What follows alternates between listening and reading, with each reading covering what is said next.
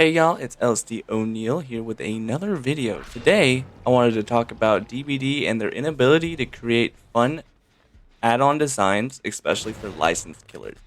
I feel like licensed killers get the short end of the straw a lot with these add-on designs, and I don't understand why. I don't know why it happens. I know there's obviously some, but I can't think of any behavior original killers who have completely huge sets of useless add-ons. Except for, I guess you could argue Oni. I don't really know well enough on that. So, honestly, this is what we're going to be talking about today. I have 4 killers here. Just going to talk about how they feel and how I feel about their add-ons and why I do or don't like playing them because of it. Mostly don't like on the big scale. I don't know why I said do or don't. Okay. Okay. Well, first we have Nemesis. Nemesis, has a lot of decent add-ons, but there's also so many that do absolutely nothing. Like, either they focus way too much on the zombies, which are such an RNG thing for him that it doesn't even matter that they have so many add-ons to do the zombies. Yeah, it can be really cool to get down to the zombies. It is absolutely amazing.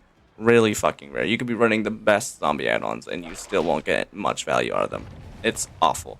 And then there's not a lot that affects his whip in any way besides, like giving it more mutation faster on zombies or survivors. Like, it's something that implores a new playstyle that he doesn't have anything that's special. It's always the same thing. It's always going for whips, and the whips are always the same exact way. There's no like variation to how the whips work.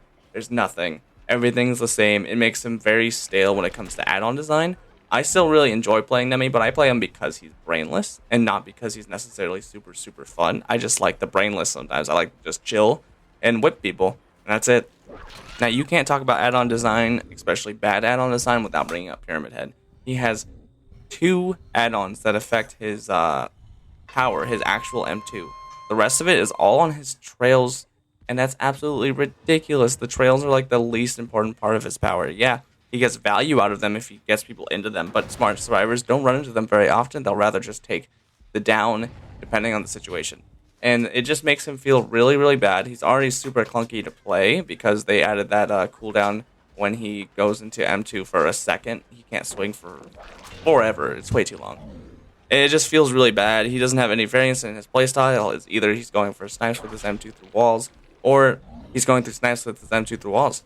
They could do so much fun power variation, but instead he's just another killer who has to rely on the same exact thing over and over and over again, which is super similar to Demogorgon. He's just an honorable mention in this situation.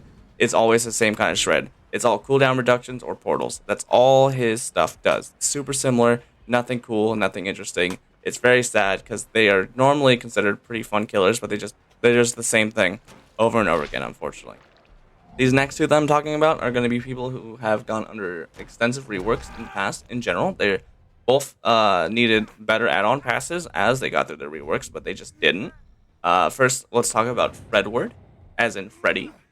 He's dog shit. He's dog water. He's bad. He needs so much help, and the fact that his better power is tied to an add-on is ridiculous. They might as well just put them both together. I don't see a problem with having them both. He is super weak. Give them both. It's not that big of a deal, especially since his slowdown and chase, to be specific, is so bad. It is so bad.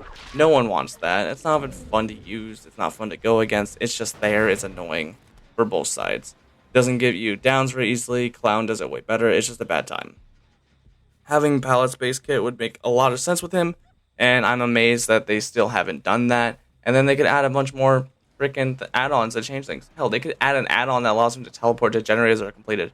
I think this should be base kit, but if they didn't want to do a base kit, they could easily add it as an add-on, and I think that would be fine.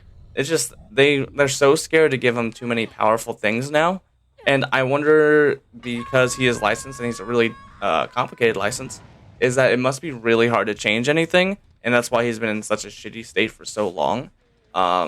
Obviously, they were able to change him a couple times early on, but it's been a while since he got changed. I think he got barely changed after I started in year 4, and that's the last time he was really touched. I think he had a tiny add-on change, just like Pyramid Head, but it's still not enough to really do anything for the killer. He still struggles so hard.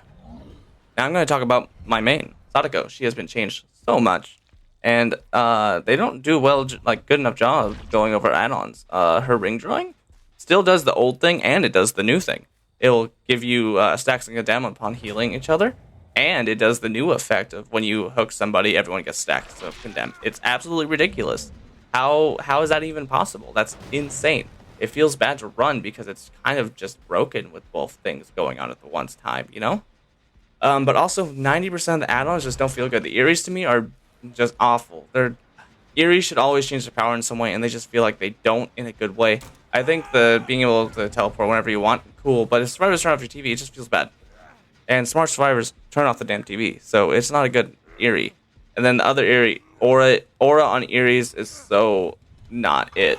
Only one I can give value to is maybe Larry. Singularity to be specific if you don't know. And that's because it's a brain dead way to play him, and that's fun. But Sadako is already easier to play. Like, yeah, there's a lot of macro that goes into her if you are playing her really, really well. But her add-ons just don't do anything. Fingernail is her best add-on by far. And it's not even a question. And then I don't really have a big opinion on any other add-ons. The purples don't do a whole lot. The hindered one is needlessly bad. I don't... Why even have it if it's that bad? The revealing auras of survivors that are looking at you is so niche, but it's still not bad. I like it overall. It's okay. I think that's fine for a green. I don't know if it's good enough for a purple. And then I don't like basically any of the yellows. Reco Watch is okay. The only other super good one besides ring drawing, in my opinion, is the old newspaper. Old newspaper at least makes the mind games at palettes a little easier, or even Windows, whatever. It makes it a little easier to win and makes it better for her. But there's so many add-ons that don't do anything, and I don't know why. It just seems like it's a license problem. Why are all these license killers with add-ons that don't do a whole lot?